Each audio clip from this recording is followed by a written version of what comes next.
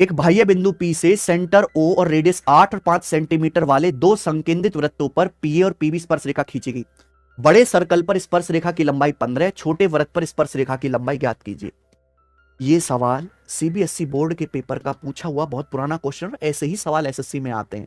ठीक है, एग्जामिनर अपनी तरफ से नहीं बनाता मेरे दोस्त। दो सर्कल है, दो कंसेंट्रिक सर्कल हैं। इस तरीके से कंसेंट्रिक सर्कल समझते हैं जिनका सेंटर ए की जगह होता है, इनका केंद्र ओ है। अब सर्कल के बाहर कोई पॉइंट पी है।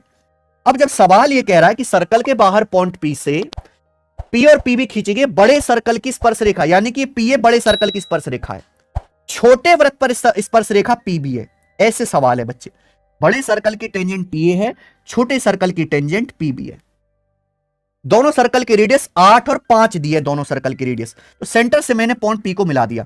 बड़े सर्कल की रेडियस 8 है, छोटे सर्कल की रेडियस 5 है। अब आप एक बात ध्यान सुनेगा, 90 डिग्री है। ये बड़े सर्कल की रेडियस 8, छोटे सर्कल की रेडियस 5। बड़े सर्कल पर खींची गई स्पर्श रेखा की लंबाई 15 है, तो पी से ए तक की लंबाई 15 है। अब आप खुद बताओ, ये 90 डिग्री 8 है, 15 तो 17 आ जाएगा। ये ओ से पी तक की लंबाई 17 आ जाएगी। अब आप नीचे वाले राइट एंगल को देखो, कुछ है ही नहीं। अब ये भी तो 90 डिग्री का एंगल है।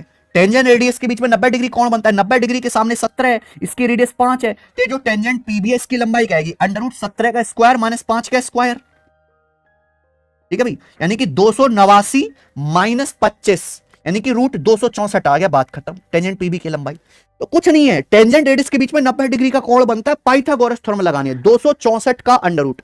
आंसर अप्रोक्स में है मेरे भाई। देखो 16 से बड़ा आएगा, 17 से कम आएगा। ये 17 का काफी नजदीक है। 16 का वर्ग 256 होता है ना, 256 से हल्का सा बड़ा नंबर है, तो 16 से हल्का सा बड़ा आएगा, ए ऑप्शन, अप्रोक्स ए।